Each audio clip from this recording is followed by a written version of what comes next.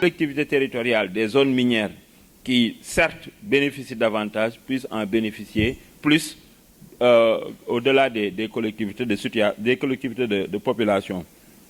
Dernière observation, c'est la capacité et la performance des administrations. L'occasion pour le Forum civil de les remercier d'avoir accepté de venir à cette rencontre pour échanger, pour discuter sur l'opérationnalisation des fonds miniers. Parce que depuis 2016, avec le nouveau code de 2016, même avant 2016, donc des fonds sont institués par la législation sénégalaise, mais dans la pratique, ça pose un problème d'application. Les collectivités territoriales, les communes de façon générale n'arrivent pas à entrer dans le fonds.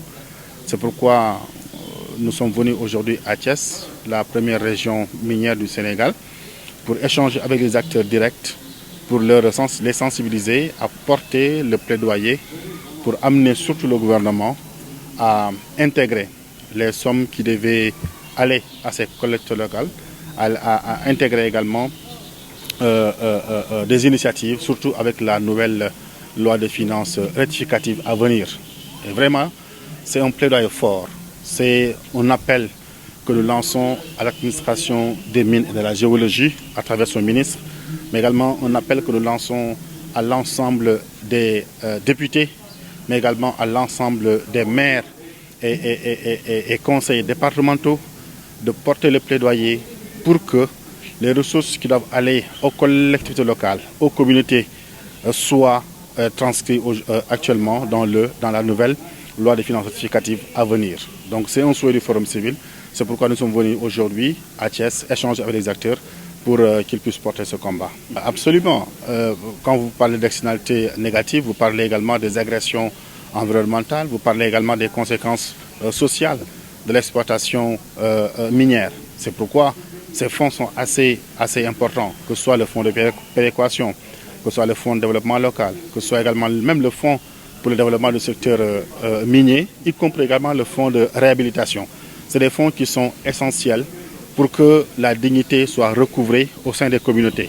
Et ce combat, en réalité, pour recouvrer la dignité et recouvrer en même temps également les fonds publics issus de ces fonds, doivent être l'œuvre des conseillers municipaux, doivent être l'œuvre également des conseils départementaux.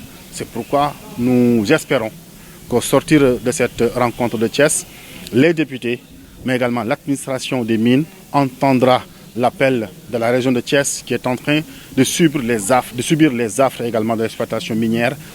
Oui, parler de justice fiscale, cela veut dire que l'alimentation des ressources ne peut pas uniquement provenir de l'exploitation minière. Il y a d'autres revenus qui sont collectés par les collectivités territoriales. Mais dans l'essentiel, qu'il y ait une certaine répartition égale de ces ressources à travers surtout des plans de développement, les plans de développement locaux qui sont produits par les communes ou bien qui sont produits par les conseils départementaux. Maintenant, à partir de ces plans, je pense que si les collectivités locales reçoivent ces fonds, ils pourront faire une répartition assez équitable.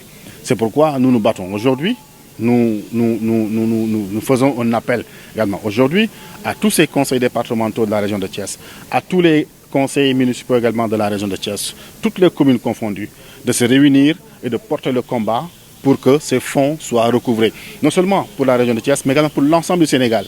Nous sommes venus uniquement à Thiès parce que c'est la première région minière du Sénégal. Mais ce combat qui sera porté par les conseils départementaux de Thiès, ce combat qui sera porté également par les conseils municipaux de Thiès, sera également le combat qui est porté au nom de l'ensemble des collectivités territoriales, l'ensemble également des communautés qui sont impactées au niveau de Bakel, au niveau de Kédougou, à Onaré, dans le Ndendori, dans toutes les zones minières, à Sabodola. Donc c'est un combat national, mais qui a un début, la région de Thiès, qui est la première région minière du Sénégal. Donc, au nom de la RSE, en réalité, cette pratique n'est pas la meilleure. Autrement dit, aujourd'hui, au niveau du Forum civil, nous prônons déjà qu'il y ait une réglementation, un encadrement de la RSE. Surtout dans un contexte géopolitique assez tendu, où les financements qui vont au niveau des communautés ne sont pas contrôlés avec le phénomène du terrorisme.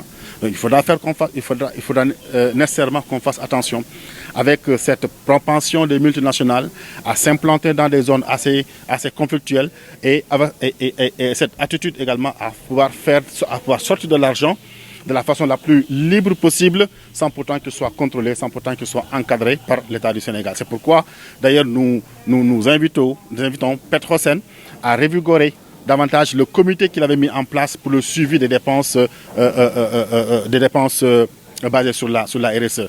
Mais comme l'a également soulevé tout à l'heure le secrétaire général du conseil départemental de Thiès, d'aller dans le sens de contractualiser surtout les plans de gestion environnementale et de renforcer davantage. Si aujourd'hui on n'a pas la possibilité de réformer en profondeur la commission régionale sur les impacts environnementaux, mais pourquoi aujourd'hui ne devrait-on pas aller vers une agence nationale des études d'impact environnemental? Ça pourrait permettre également à cette agence-là d'avoir non seulement des ressources d'investissement, mais également des ressources de fonctionnement. Mais telle que la direction, la DEC, aujourd'hui fonctionne au niveau du ministère de l'Environnement, il n'a pas assez de ressources d'investissement, hormis juste des ressources de fonctionnement. Et ça ne permet pas aujourd'hui aux communautés de faire face aux affres également que provoquent les multinationales, surtout en matière environnementale, mais également en matière sociale. Regardez ce qui se passe aujourd'hui au niveau de Sabadola. L'expert ce matin vous a expliqué l'histoire de Barrick Gold, qui a cédé à travers également sa filiale Massawa Group, il n'a pas dit, mais c'est Massawa Limited, qui est logé également au niveau de Jersey, détenu à 100% par Barrick Gold, qui a cédé également le permis de Kanumba. Et ce que va faire également Teranga Gold, qui est en train d'exploiter également la mine de Sabadola, c'est essayer de créer un complexe entre Sabadola et le Massawa, c'est-à-dire le permis de Kanumba. Et ce complexe-là peut générer des impacts environnementaux assez compliqués pour les populations de Kédougou. Qui nous interpelle en tant qu'élus, et la société civile également devra continuer ce combat. Je voudrais donc vous rassurer que ce plaidoyer, nous allons le porter le plus haut. Tout à l'heure, notre ami Aziz pensait qu'il faudrait même un atelier national pour attirer l'attention des plus hautes autorités. Et de ce point de vue-là, je pense que la commission en charge des mines au niveau de l'Assemblée nationale sera tout à fait disposée à voir dans quelle mesure, avec le Forum civil, on doit organiser cet atelier national pour sensibiliser les autorités de manière à pouvoir rendre effectif au moins l'application de ce texte-là.